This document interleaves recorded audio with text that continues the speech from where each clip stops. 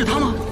对，就是他，看清楚了吗？千真万确。鼎鼎大名的才女李清照，还真有这种事儿。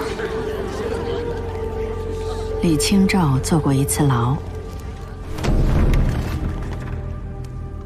那时候的他已经像个男人一样写了大半辈子的诗词了。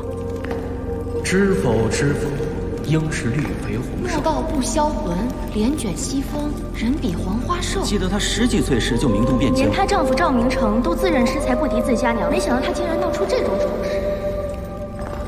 北宋灭亡后，他一直在用笔杆子强烈谴责不肯与金人干仗的领导班子，诗人无不称快。生当作人杰，死亦为鬼雄。他还好意思作此狂语？可就在生当作人杰，死亦为鬼雄一句被传得最火的时候，这位文学女神兼精神偶像塌房了，因为私生活上的道德问题被捕入狱。他的父亲可是苏东坡的门生，一门的脸面可真被他丢尽了。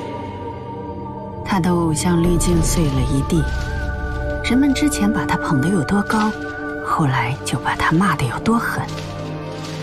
用今天的话说，就是大规模的脱粉回踩。晚节不保，晚节不保，晚节不保是个相当负面的评价。在之后近千年的时间里，这个标签一直牢牢地贴在他的身上。狂妇、刁妇、淫妇，如今你这脸面都不顾了，性命也不要了吗？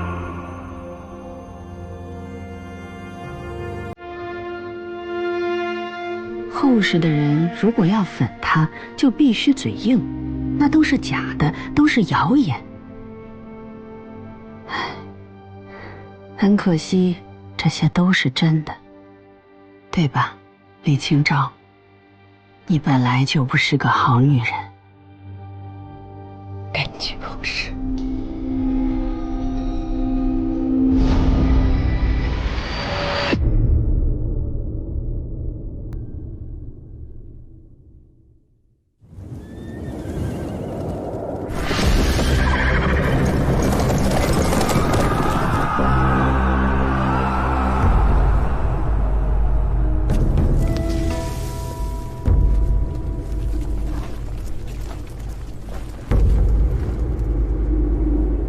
一切还得从3年前说起。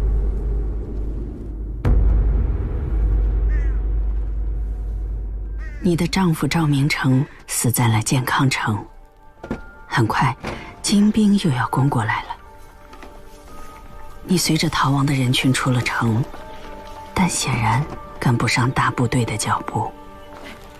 慢点，慢点，轻拿轻放，别把这箱子里的东西撞坏了。娘子，咱们还有很远的路要走，死了一匹马，这些东西啊，无论如何也运不走了。啊，扔掉一些吧。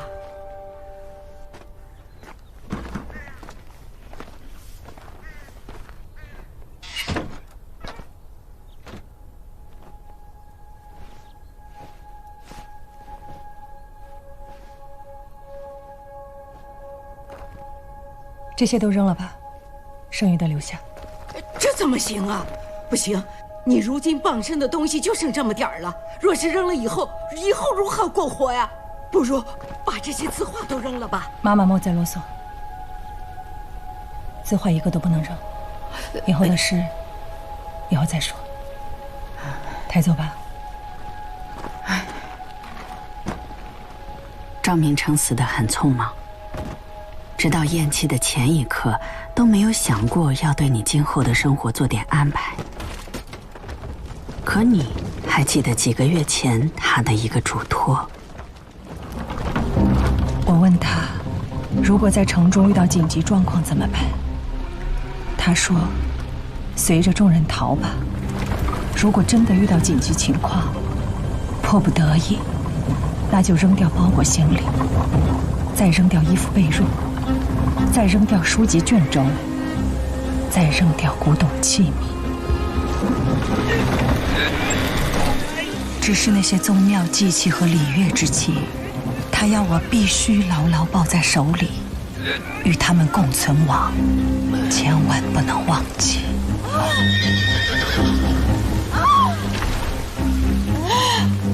赵明诚要你守护的，是他收藏了一辈子的珍贵文物，其中那些祭器和礼器承载着理智的秩序，必须生死与共。娘子，哎呀，可真是被顾砚坑死了！快起来呀！为了这个破铜烂铁，你要把性命丢在这儿！在逃命的年头，笨重的文物几乎要把你拖垮，但你不认输，你得比那些打仗的时候只会逃跑的士大夫有担当。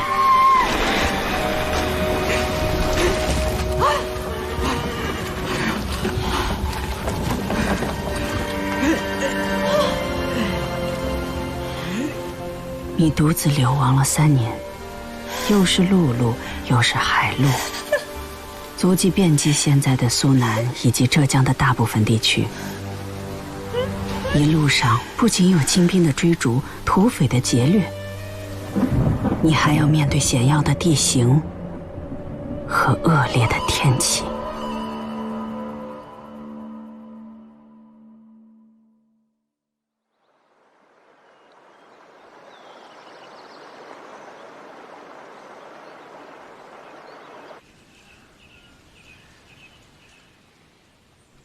娘子啊，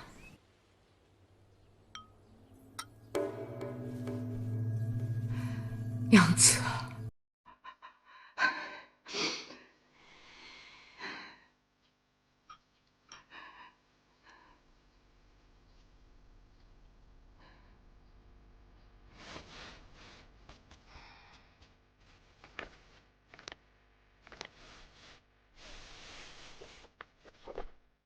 哎，别乱动。这些字画，我姐姐看得比眼珠子还宝贝。今时不同往日，为了这些不当吃不当穿的，命都不要了。他刚来的时候，连套换洗的衣衫都没有，现在都还穿着我的呢。唉，家里平白又白添了张嘴。娘子，娘子，姐姐，娘子，结束流亡，与亲人团聚本是件好事，你却万念俱灰，一病不起。原不该让你们为我受累，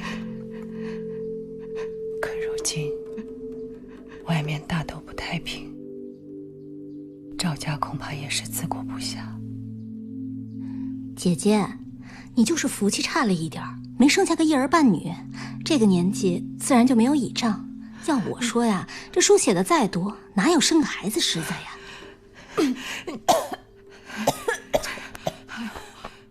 胡说些什么？姐姐现在这个样子，不也挺好的吗？如今我好与不好，又有什么要紧？别想了，喝药。来，你的心病在于，最终还是没能保住那些文物。根据你的记录，那些文物有被金边的战火烧毁的，有被南宋的叛军趁火打劫的，甚至还有被乡野小偷偷走的。最后剩下的收藏不过当初的1/10，你却当眼珠子一样爱护，傻得可笑。哎呀，还不是因为家里面没有个男人，你一个寡妇带着那么多贵重的东西在路上跑，连落脚的房子都能被人挖个洞出来，你有什么办法啊？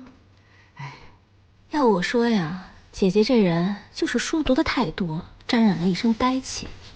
这以后可有什么打算？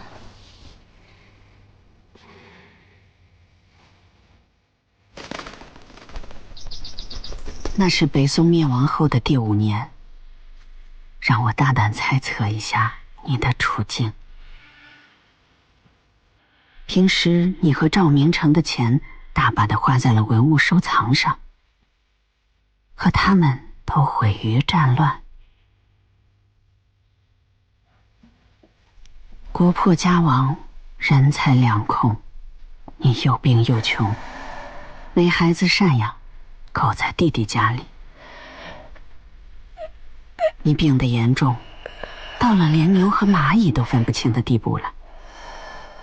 家里人觉得你难逃此劫，连封棺木用的铁钉与石灰都备上了。若你的结局是死在了那个春天，将最符合那个时代对你的期待。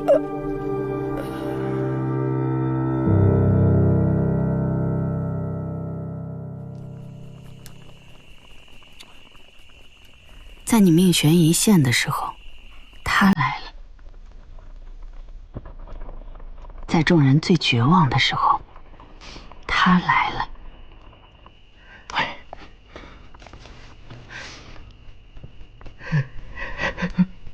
也许你还不怎么认识他，但他一定听说过你很久了。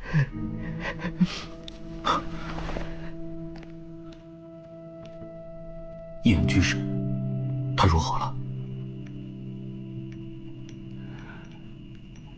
人已经糊涂了，再喝不进一滴汤药。不瞒张兄，我们已经备下后事了。这样的话，我可不爱听。换个郎中再看看，左右不过是点银钱的事。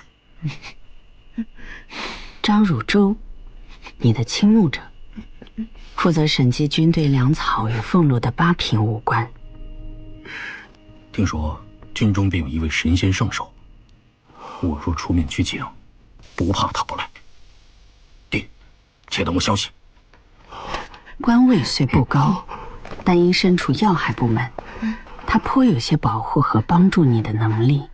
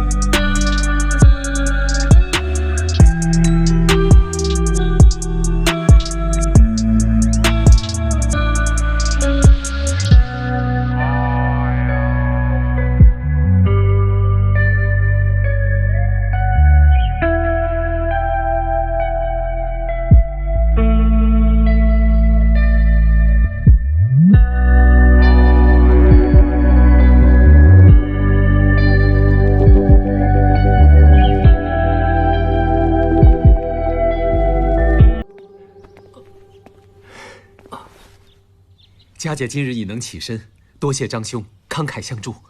弟，言重了，易安居士的事就是我的事。哎，这可是居士的收藏啊，不错。可是东坡先生的真迹，不错。家父曾得苏仙指点，与苏仙甚是投缘。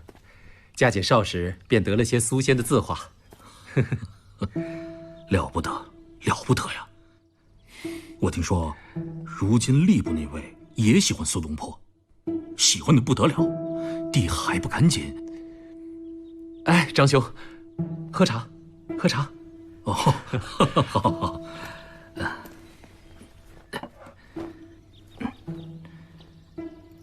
呦，差点忘了，我今日过来是想告诉你们一声，最近临安城里不安生，又有一窝匪寇窜进来了。不过不大惊，我已经托靠得住的兄弟，好好看着这宅子。你只管转告居士啊，莫要害怕。如此，多谢张兄。哎，请，喝茶。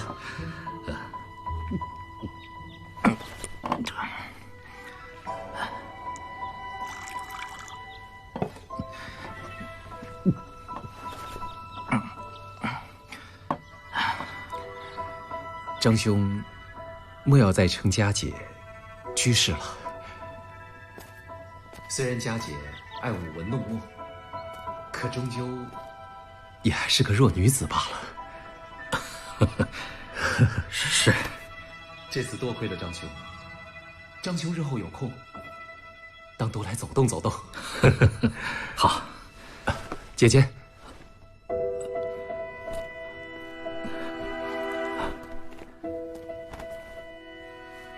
见过李娘子。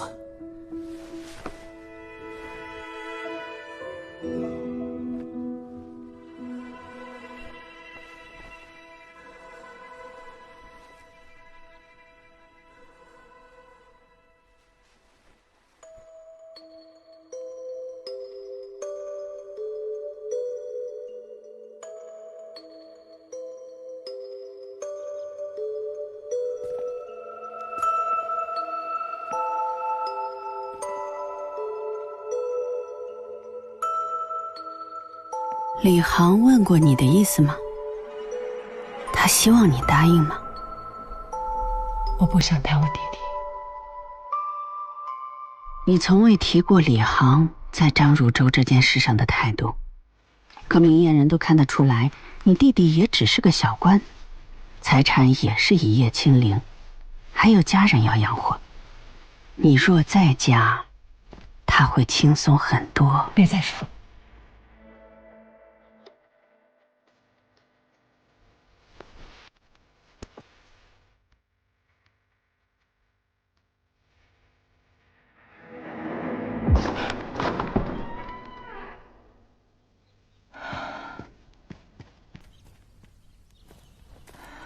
妈妈，齐妈妈，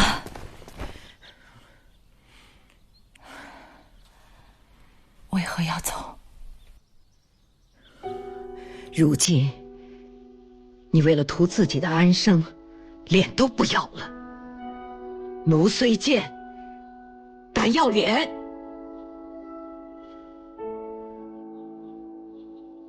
妈妈，我老了。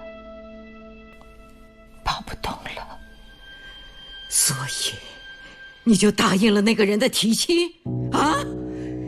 你这一肚子诗书竟然白读了，那我又能如何？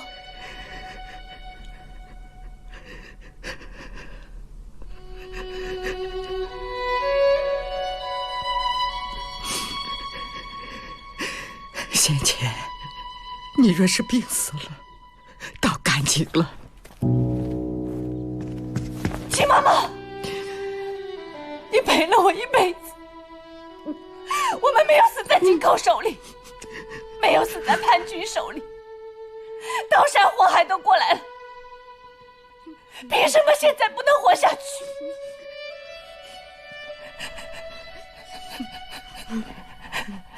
凭什么？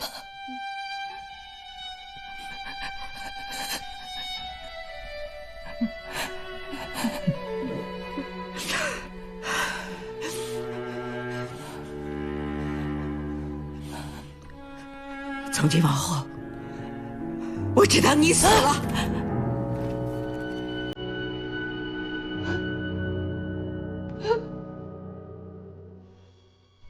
你的改嫁挑战了当时社会最敏感的一根神经。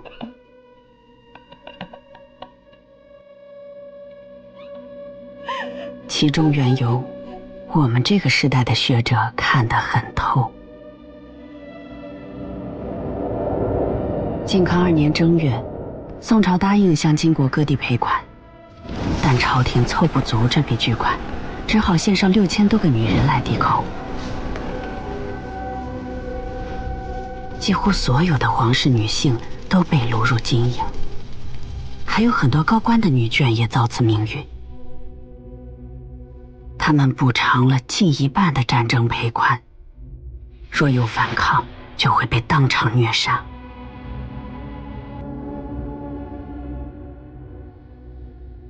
这场暴力的副作用就是，社会越来越推崇女性自杀以保全贞洁，鼓吹寡妇守节，不再改嫁。在宋朝300多年的时间里，史料上有名有姓的劫妇比之前2000多年里积累的总数还要多出1倍。当时对妇女贞洁的提倡也有激励士大夫的目的，因为北宋亡国时为朝廷殉死的士大夫并不多，所以在寡妇改嫁这件事上，对士大夫家庭的道德审判也就更加严厉。你曾是士大夫的女儿，士大夫的儿媳，士大夫的妻子，你撞到枪口上了。夫人，你看把苏仙的画挂在这里如何呀？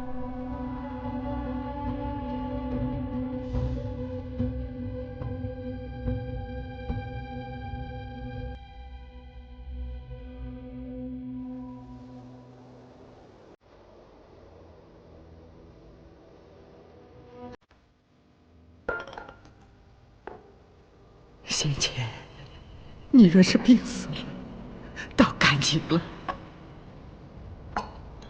从今往后，我知道你死了。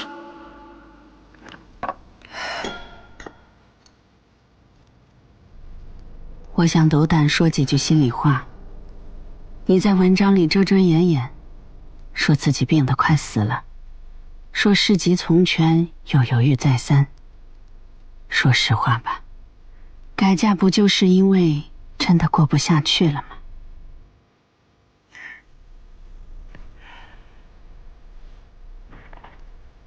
你既不能正军功，也不能入仕途。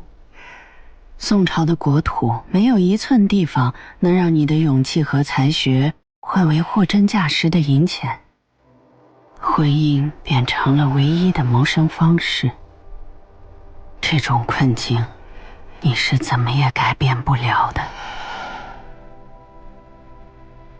女人是一直如此简单，还是说，只有此刻的我才如此？这种情况会持续很久。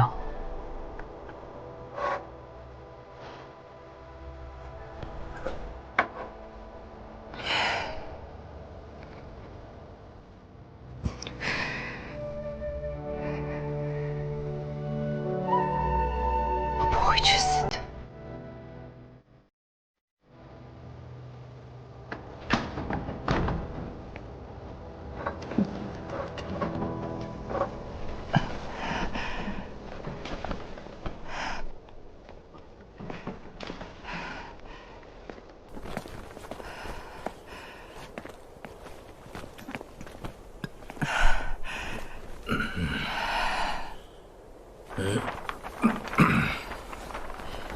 你在做什么？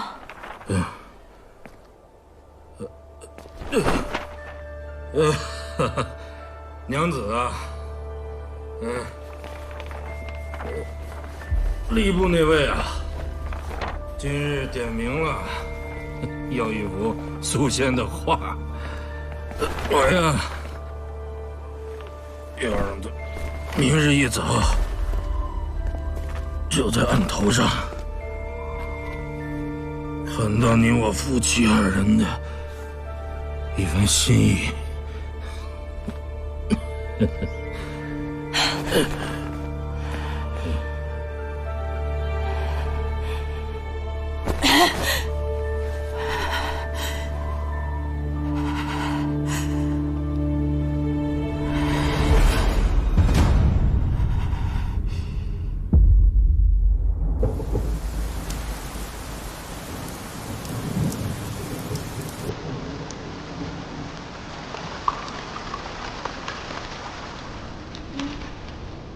寻寻觅觅，冷冷清清，凄凄惨惨戚戚，乍暖还寒时候，最难将息。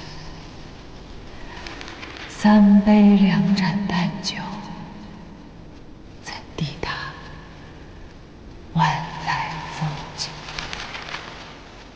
言过眼，正伤心，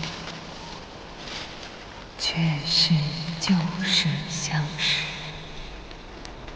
一位国学大师曾评价，你描写那种穷毒凄惶的景况，非本人不能领略，所以一字一泪都是咬着牙根咽下。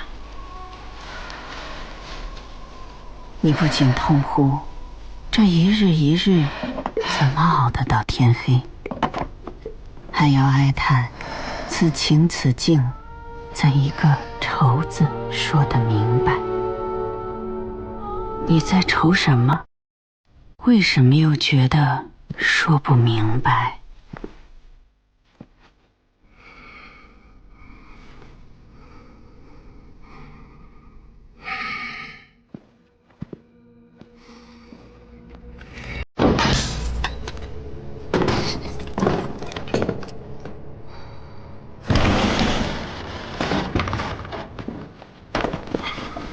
你曾在给亲戚的一封信里说，你和弟弟都被张汝舟的花言巧语骗了。你认为他与你结婚的根本目的是要霸占你手里仅存的文物字画。拿开你的脏手，那是我的东西。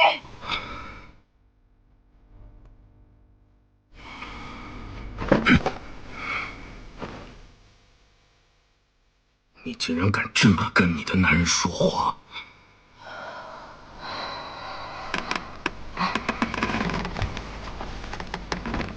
我猜，大概张汝舟也完全没有料到，你会是如此不顺从丈夫的心意，一点也不让他碰你的嫁妆。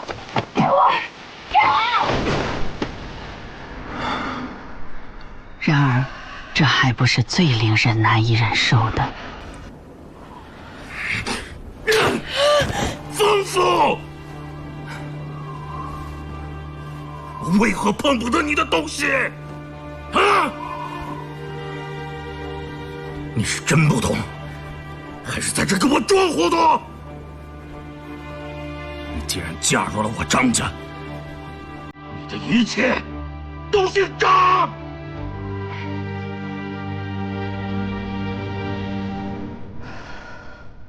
你在那封信里写道：必速暴毙之将亡，绝欲杀之，虽似亲陵，实加怄气。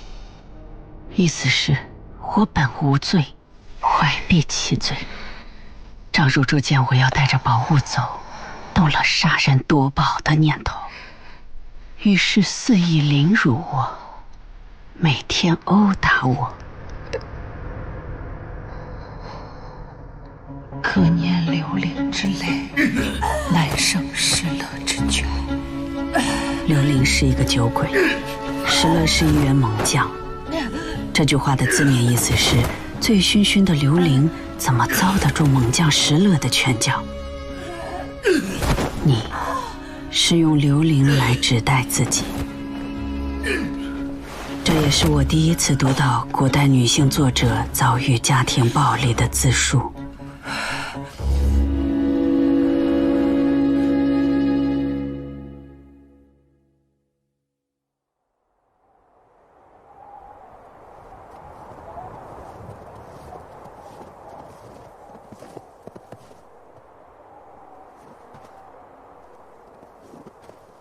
可你不知道的是，在之后几百年的时间里，不少人虽然钟爱你的文采，却觉得你对家暴的描述实在太夸张了，甚至根本不信你还遭过家暴。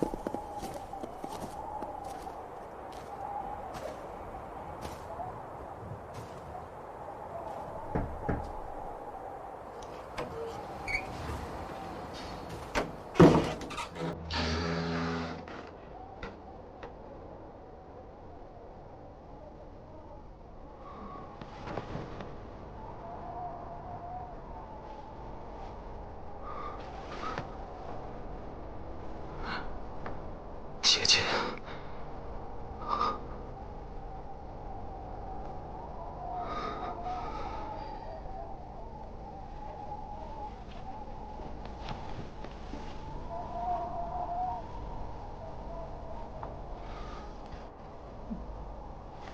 这是你带进张家的东西，是你的嫁妆。如果放在弟弟家里，张兄会怎么想？这不平白无故又添了事端吗？姐姐从未教过你什么。姐姐，你又何必为了这点小事而惹他不快呢？改改你的性子吧。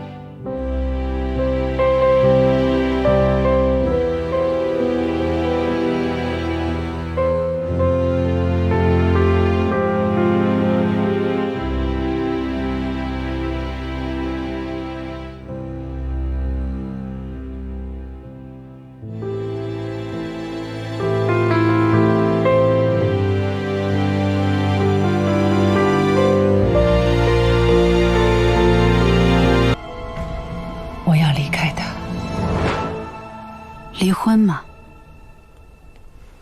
你离不了这个婚。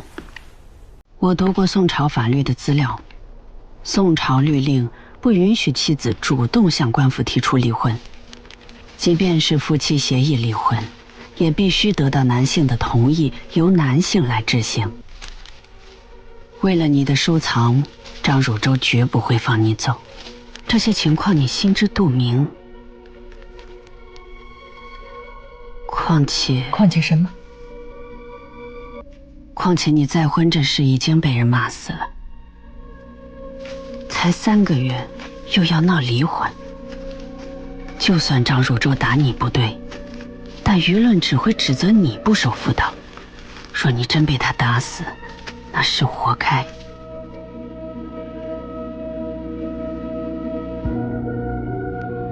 所以我就得死在这个肮脏污秽的地方。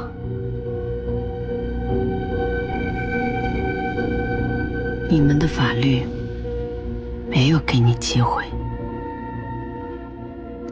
你的敌人并不在于张汝舟。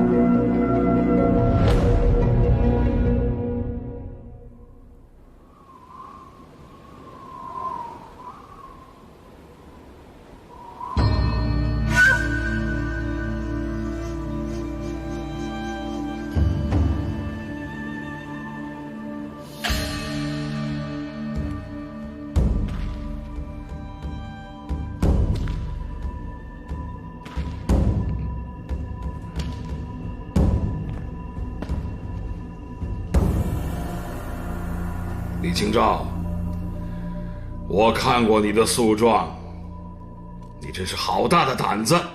我听说事情的起因，不过是你们夫妻后宅里的些许不快，你也未免太刁钻蛮横了些。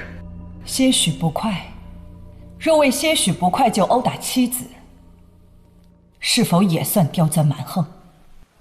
丈夫殴妻，不过是训诫一下妻子，算不得什么大错。我可以判他一个殴打伤人罪，但是他打的是自家妻子，还当减刑一些。我岂能就此判你们离婚？您要是在街上随便打死一个陌生人试试，凭什么因为把他娶回了家，打死的时日长了一些，就顺理成章了？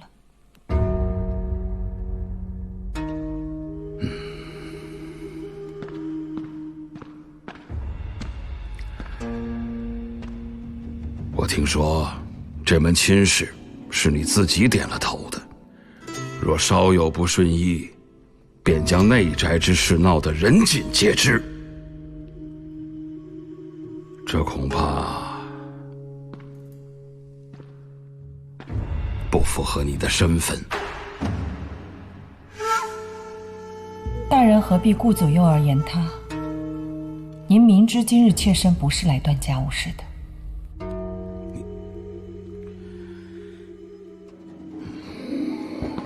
施舍朝廷官员，岂容你等妇人作此儿戏？妾身自有铁证。若今日此案，大人不能断了，御状，妾身也是敢去告的。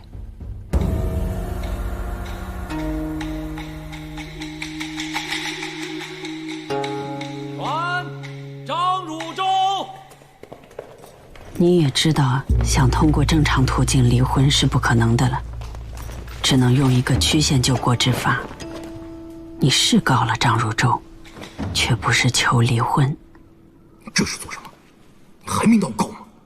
还想让多少人看你笑话？此人犯了欺君之罪，他曾妄增举数，骗取官职。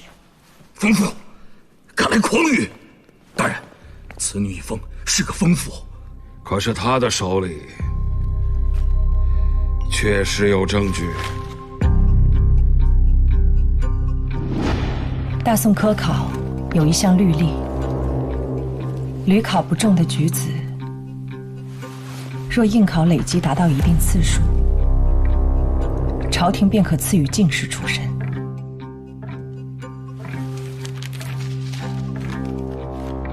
张汝州半生未曾中第，多报了应考的次数，才有了如今的官身。你可知，这是欺君的大罪。丈夫欺君，被判流放；妻子若不愿跟随，便可提出离婚。即便你不同意，官府也不得不判离。疯妇，疯妇，你真是个疯妇！大人，这是诬告，这是构陷。大人，您听我说。压下去。大人，您听我说。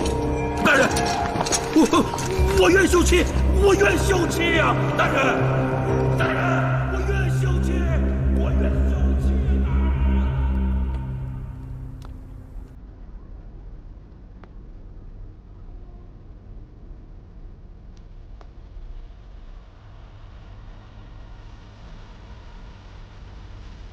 我常常想，这么致命的把柄，张汝州怎么会让你知道呢？还是说，这本就是他酒后得意的谈资？可以推断的是，他从未觉得一个女人分手的决心会决绝至此，因为你也会付出同样惨烈的代价。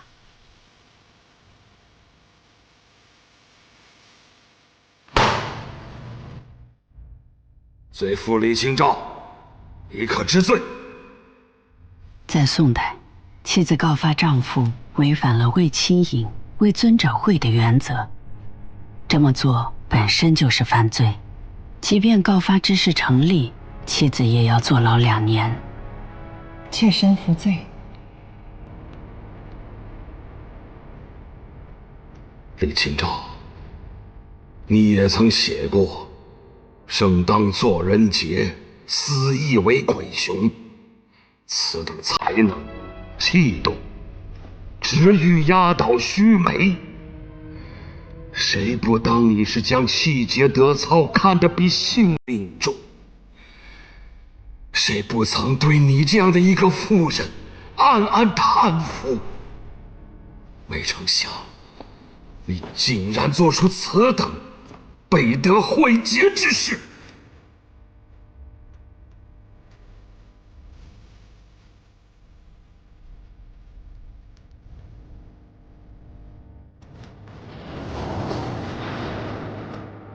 二婚、闪离、坐牢，后来的事我们都知道了。闻者笑之，无不骂之。你的污点跟着作品传世。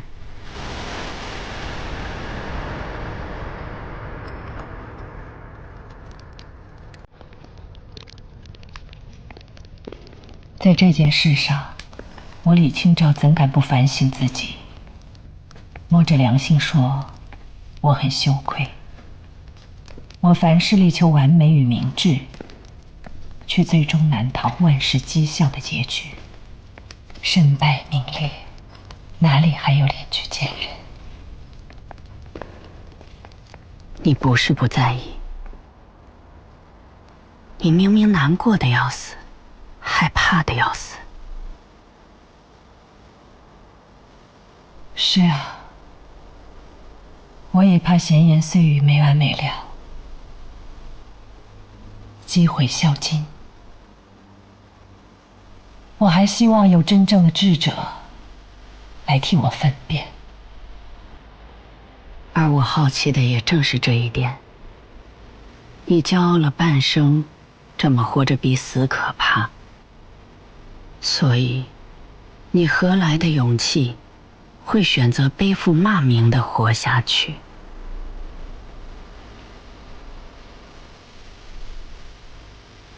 若要说守住什么名誉，守住什么气节，那也全都在那几口箱子里，并非在我一个女人身上。我这一世，是对是错，是欲是悔，要说不在意，是假。可全由他们去评说，我又不甘心。